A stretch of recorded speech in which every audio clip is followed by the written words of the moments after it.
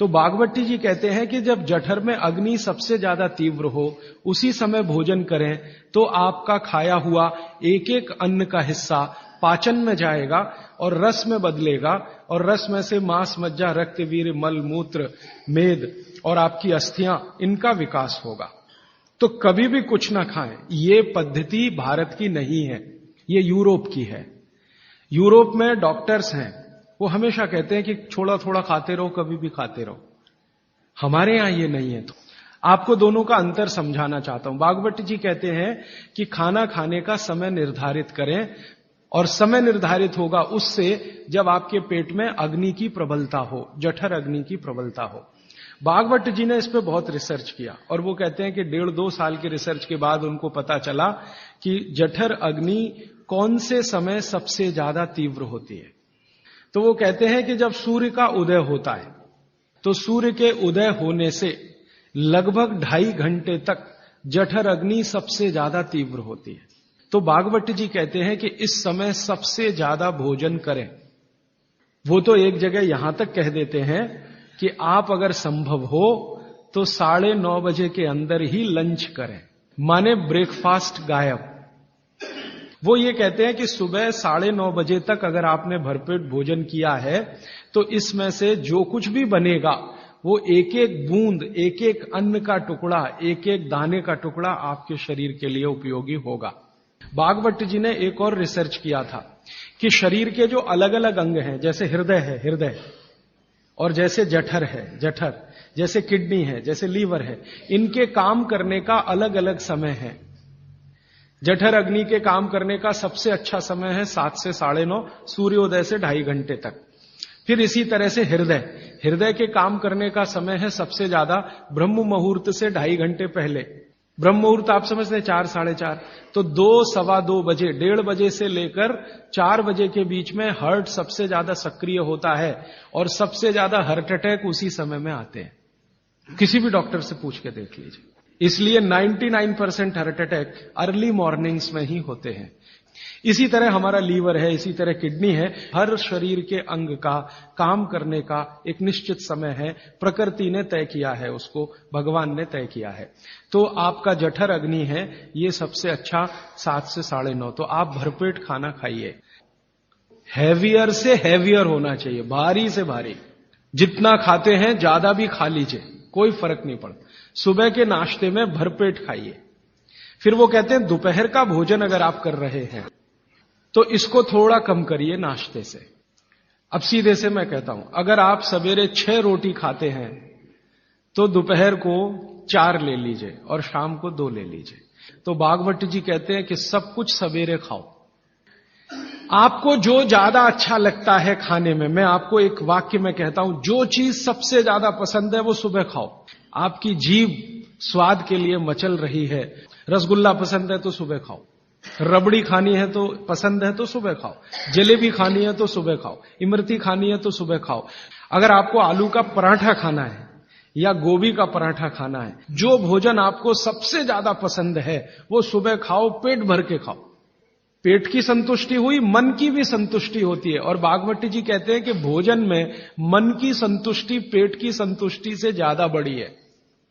मन हमारा जो है ना, ये खास तरह की वस्तुओं से या हार्मोन से या एंजाइम से संचालित है। मन को आज की भाषा में डॉक्टर्स लोग जो गिनते हैं ना, हालांकि वो है नहीं, लेकिन उन्होंने जो कहा है वो पीनियल ग्लैंड के बारे में है। ये जो पीनियल ग्लैंड है ना, इसमें से बहुत सारा रस निकलता है जिनको हम हार्मोन्स कह सकते हैं, कुछ एंजाइम्स हैं। ये संतुष्टि के लिए सबसे आवश्यक ग्लैंड है पीनियल ग्लैंड। तो भोजन अगर आपको तृप्त करता है, भोजन में एक तो पेट भरना है और एक तृप्त होना, तृप्त करेगा तो पीनियल ग्लैंड आपकी सबसे ज्यादा सक्रिय है। तो जो भी रस और एंजाइम चाहिए शरीर को, नियमित रूप से समान अंतर पे निकलते रहते हैं। और जो भोजन से तृप्ति नहीं है तो गड़बड़ होती है पीनियल ग्लैंड, और पीनियल ग्लैंड की गड़बड़ी पूरे शरीर में पसर जाती है और आपको तरह तरह के रोगों का शिकार बना दे। अगर आप तृप्त भोजन नहीं कर पा रहे हैं तो निश्चित रूप से 10-12 साल के बाद आपको मानसिक क्लेश होगा और रोग होंगे। मानसिक रोग बहुत खराब है। आप सिजोफ्रेनिया के शिकार हो सकते हैं, डिप्रेशन के शिकार हो सकते हैं, आपको कई ऐसी गंभीर बीमारियां हो सकती हैं। भागवत जी कहते हैं कि आप भोजन करते हुए अगर संतुष्ट नहीं है तो 27 तरह की बीमारियों से ग्रसित हो सकते हैं। अब मैंने ये भागवत जी के सूत्र को चारों तरफ देखना शुरू किया तो मुझे पता चला कि मनुष्य को छोड़कर जीव जगत का हर प्राणी इस सूत्र का पालन कर रहा है, क्योंकि मनुष्य को मैं मूर्ख मानता हूं। हालांकि मनुष्य अपने को होशियार समझता है, लेकिन मनुष्य से ज्यादा होशियार ये जीव जगत के प्राणी हैं। आप चिड़िया को देखो, चिड़िया कितने भी तरह की चिड़िया, सवेरे सूरज उगते ही उसका खाना शुरू हो जाता है, खूब जम के खाती है। तो ये सारे जानवर, सारे जीव जंतु, आप सांप को देखो, बिच्छू को देखो, कीड़ी को देखो, चींटी को देखो, चींटे को देखो, सब जानवर, सब जीव जंतु जो हमारी आंखों से दिखते हैं, जो नहीं भी दिखते हैं, ये सबका भोजन करने का समय सवेरे सूर्योदय का ही है। सूर्योदय के साथ ही ये सब भोजन करते हैं, इसलिए ये हमसे ज्यादा स्वस्थ रहते हैं। और पेट भर गया उसके 4 घंटे के बाद ही पानी पीती है, दोपहर को ही पानी पीती। मैंने आपको कई बार ये कहा है, आप उसको हंस देते हैं। किसी भी चिड़िया को डायबिटीज नहीं होता, किसी भी बंदर को हार्ट अटैक नहीं आता। बंदर तो आपके नजदीक है ना शरीर रचना में, बस बंदर और आप में एक ही अंतर है कि उसको पूछ है, आपको नहीं है। बाकी सब कुछ एक ही है। आपका हृदय बंदर का हृदय, आपका लीवर बंदर का लीवर, आपकी किडनी बंदर की किडनी, सब कुछ समान है। मां का गर्भाशय, बंदरिया का गर्भाशय, सब समान है। मेरे एक बहुत अच्छे मित्र हैं डॉक्टर रविंद्रनाथ शानबाग, कर्नाटक में एक उडुपी नाम की जगह है, वहां रहते हैं। बहुत बड़े प्रोफेसर हैं, मेडिकल कॉलेज में काम करते हैं। उन्होंने एक बड़ा गहरा रिसर्च किया। उन्होंने कहा कि मैंने जिंदगी भर, माने 15-16 साल उन्होंने एक रिसर्च किया कि बंदर को बीमार बनाओ, क्योंकि उन्होंने बहुत सारे वैज्ञानिकों से यह सुन रखा है कि बंदर बीमार नहीं होता, और बीमार होगा तो मरेगा ही, जीवित नहीं रहेगा। वो कहते हैं कि मैं 15 साल असफल रहा, बंदर को कुछ नहीं हो सकता। वो कहते हैं कि मैंने बहुत कोशिश किया कि उसके ब्लड का कोलेस्ट्रॉल बढ़ा दूं, बढ़ता ही नहीं। तब उन्होंने एक दिन रहस्य की बात बताई, वो आपको भी मैं बता देता हूं कि बंदर का जो ब्लड है ना, उसका RH फैक्टर दुनिया में सबसे आदर्श है। और आपका RH फैक्टर जब नापता है ना कोई डॉक्टर, तो बंदर से ही कंपेयर करता है, वो बताता नहीं आपको, ये अलग बात है। तो वो प्रोफेसर साहब कहते हैं, यार ये सब एक ही चक्कर है कि बंदर सवेरे ही सवेरे भरपेट खाता है, जो आदमी नहीं खा पाता। तो वो प्रोफेसर रविंद्रनाथ शानबाग ने कुछ अपने मरीजों को कहा कि देखो भैया, बंदर की तरह से खाओ, माने सुबह सुबह भरपेट खाओ। कि जब से उन्होंने सुबह भरपेट खाना शुरू किया, किसी की डायबिटीज माने शुगर कम हो गई, किसी का कोलेस्ट्रॉल कम हो गया, किसी के घुटने का दर्द कम हो गया, किसी के कमर का दर्द कम हो गया, किसी का कुछ, गैस बनना बंद हो गई, पेट में जलन होना बंद हो गई, नींद अच्छी आने लगी, वगैरह वगैरह।